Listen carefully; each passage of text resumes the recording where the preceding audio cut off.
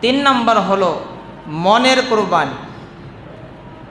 মনেরও কোরবানি আছে, আর এই মনের কোরবানিটাই হলো সবচেয়ে বড়। কারণ নবীজির সময়ে কাফেরেরা তারা লক্ষ লক্ষ টাকা ব্যয় করেছে মুসলমানদেরকে ধ্বংস করে দেওয়ার জন্য।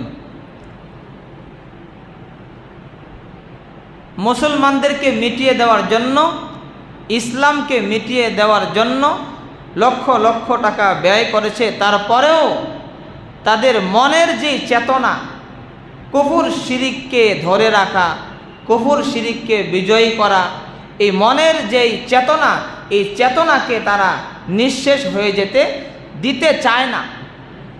যে কুফর শিরিক বিলীন হয়ে যাবে,